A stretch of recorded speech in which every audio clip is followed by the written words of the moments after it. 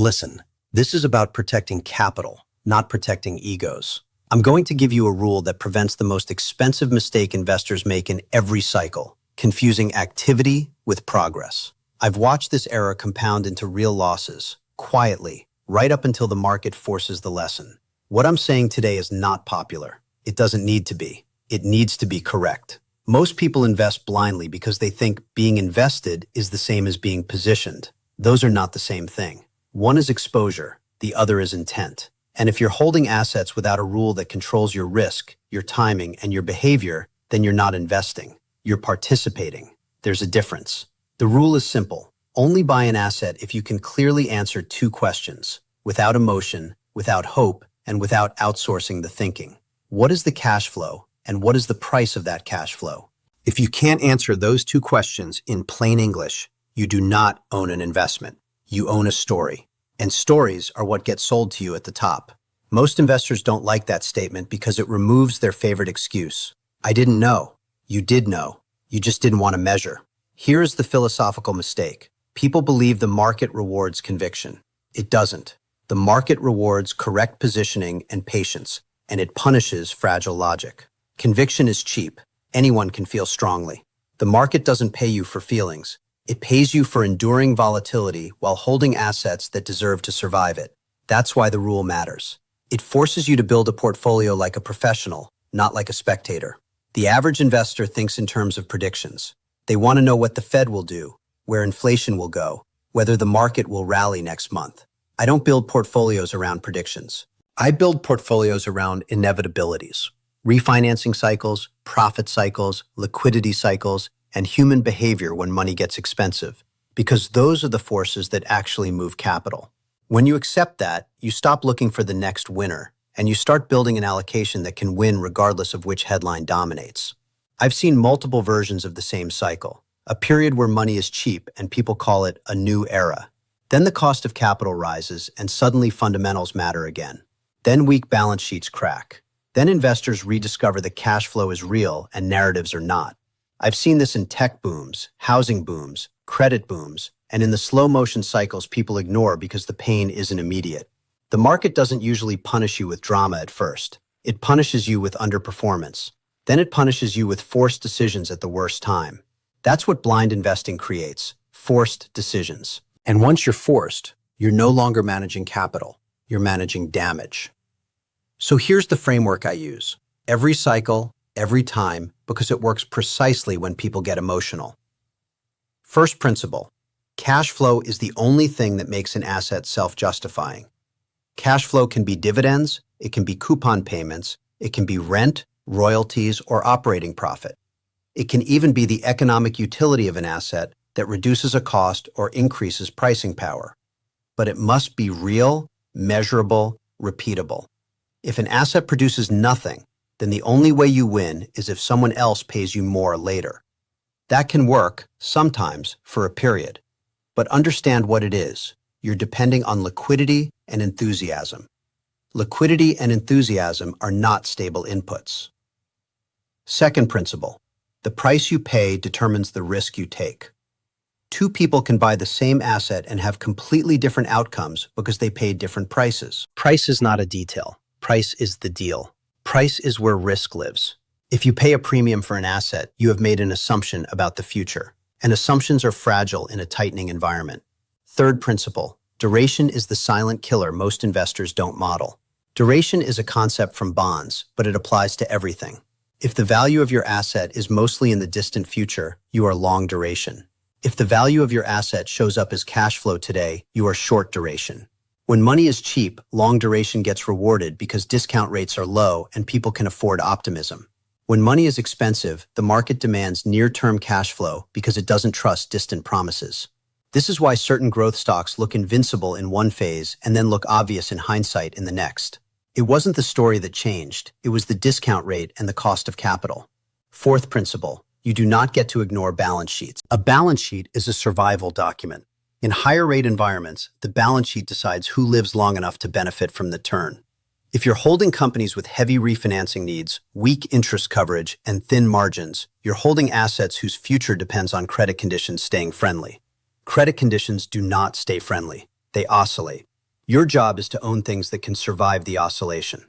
Now I'm going to give you the rule in its operational form. It's not complicated, and that's why it works. I call it the two-price rule. Every asset has two prices.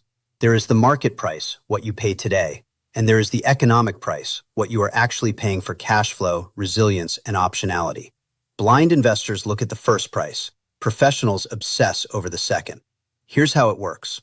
Before I buy anything, I want to know the yield of the asset in a way that reflects reality, not marketing. If it's a stock, I care about free cash flow yield and earnings quality, not just EPS. If it's a bond, I care about yield to maturity, covenants, and the ability to refinance. If it's real estate, I care about cap rate, debt service coverage, occupancy stability, and maintenance reality, not a brochure rent projection. If it's a private deal, I care about how cash gets returned and what happens in a down year. If it's a commodity position, I want to know why I own it and what regime it protects me from, because commodities are not investments in the same way a business is.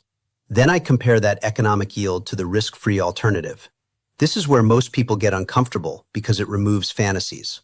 If T-bills pay a meaningful yield, then any asset I buy must beat that yield after adjusting for risk. Not beat it with potential, beat it with economics. If it can't, then I'm not being paid to take the risk. And if I'm not being paid, I don't take it. This is the line between investing and blind participation. Now let's get specific, because without specificity, this becomes philosophy, and philosophy doesn't protect money. Right now, the investor's world is defined by one central fact. The cost of capital is no longer negligible. That has consequences. It changes how companies behave. It changes how consumers behave. It changes how governments behave. And it changes what the market rewards. When money costs something, leverage stops being a cheat code. A lot of business models were built on the assumption that refinancing would always be cheap. That assumption is not permanent. So the first thing I do is separate my investable universe into three categories. Category 1, assets that can self-fund. These are businesses with consistent free cash flow, manageable debt, and the ability to buy back shares, pay dividends, or reinvest at decent returns without begging the credit market. This is where safety lives, not in low volatility, in self-funding capability. Category 2, assets that are viable but cyclical.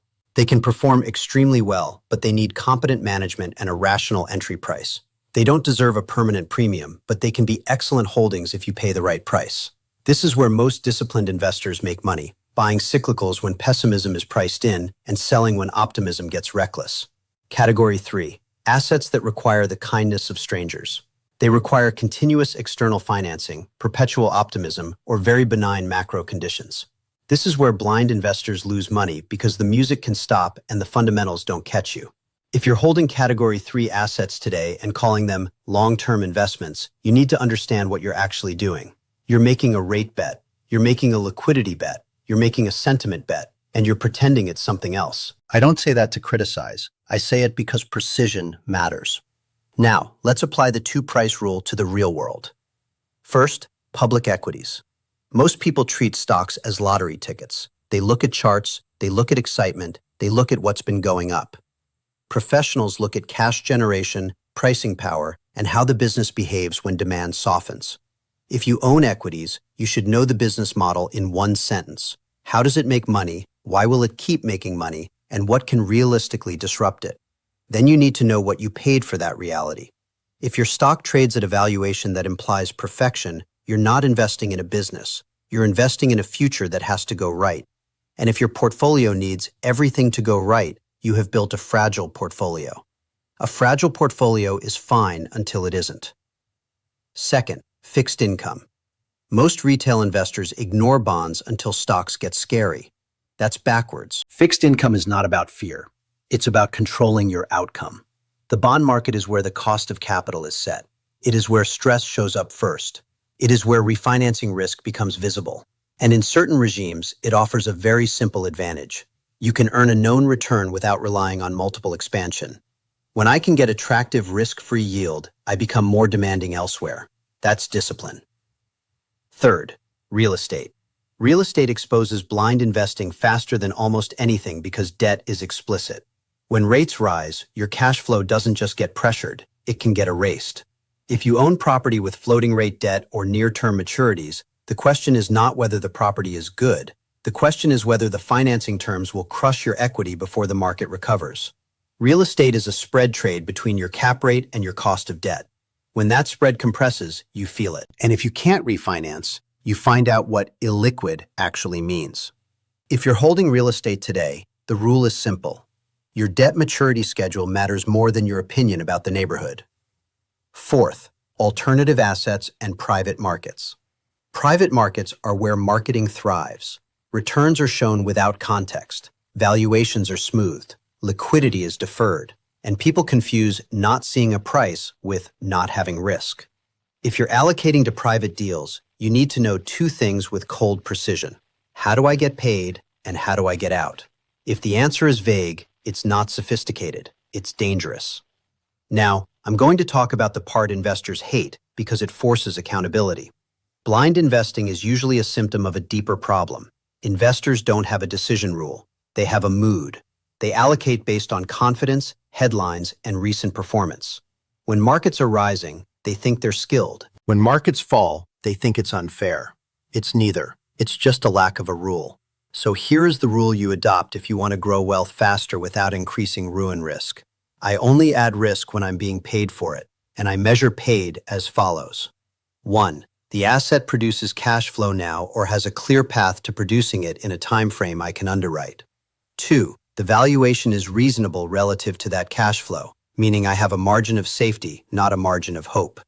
3. The balance sheet can survive the environment if the environment gets worse before it gets better. 4. I have liquidity and sizing discipline, meaning no single position can force a decision.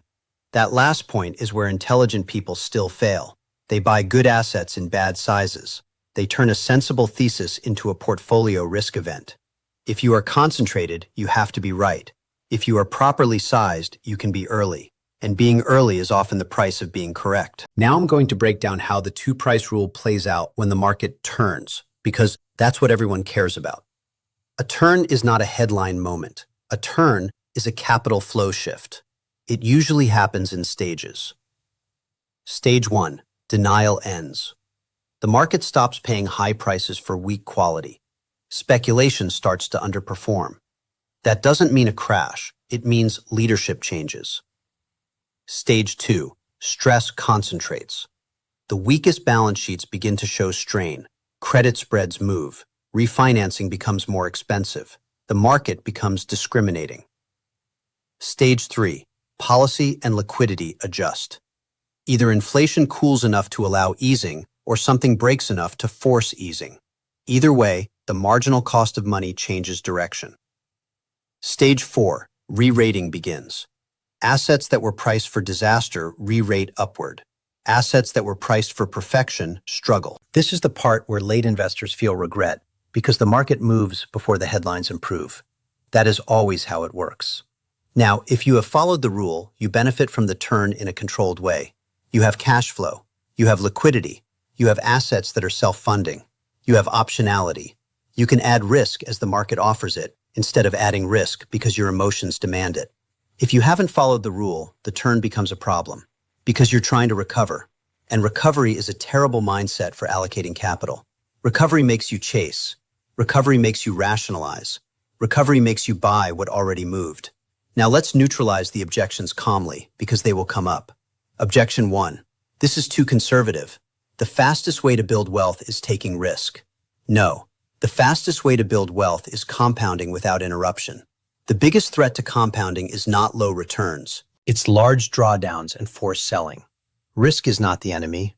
Uncontrolled risk is. If you want to grow wealth faster, you need fewer catastrophic mistakes, not more excitement.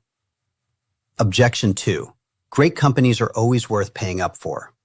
Sometimes, but valuation still matters.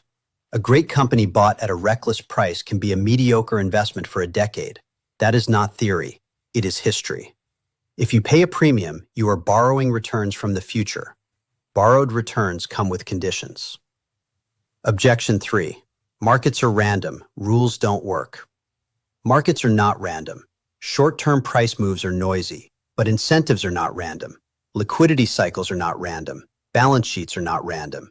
Human behavior under stress is not random. Rules don't eliminate uncertainty. They eliminate self-destruction. That is the entire point. Now I'll give you the forward-looking warning without drama. If you ignore this rule, you will eventually own assets you do not understand at prices you cannot justify. You will call it long-term because you can't admit it was a bad entry. You will sit through volatility because you have no plan. And when the market offers you the real opportunity, when quality is cheap and liquidity is rewarded, you won't have the emotional or financial bandwidth to act, because your capital will already be committed to positions that need time and hope to recover. That's not a tragedy, it's a choice, and it's avoidable. If you adopt the two-price rule, the next cycle becomes an advantage. You will be patient when others are reactive. You will be liquid when others are trapped. You will add risk when others are forced to reduce it. That is how wealth compounds faster without increasing the probability of ruin. Not by being brave, by being structured. Now, if you want continued clarity like this, measured, unemotional, and rooted in how capital actually behaves, subscribe. Not for entertainment, for repeatable thinking. And watch the next analysis, because I'm going to be specific about the positions that look normal right now, but become extremely dangerous when the market turns and credit tightens. If you have real money at stake, you don't need more opinions. You need better rules.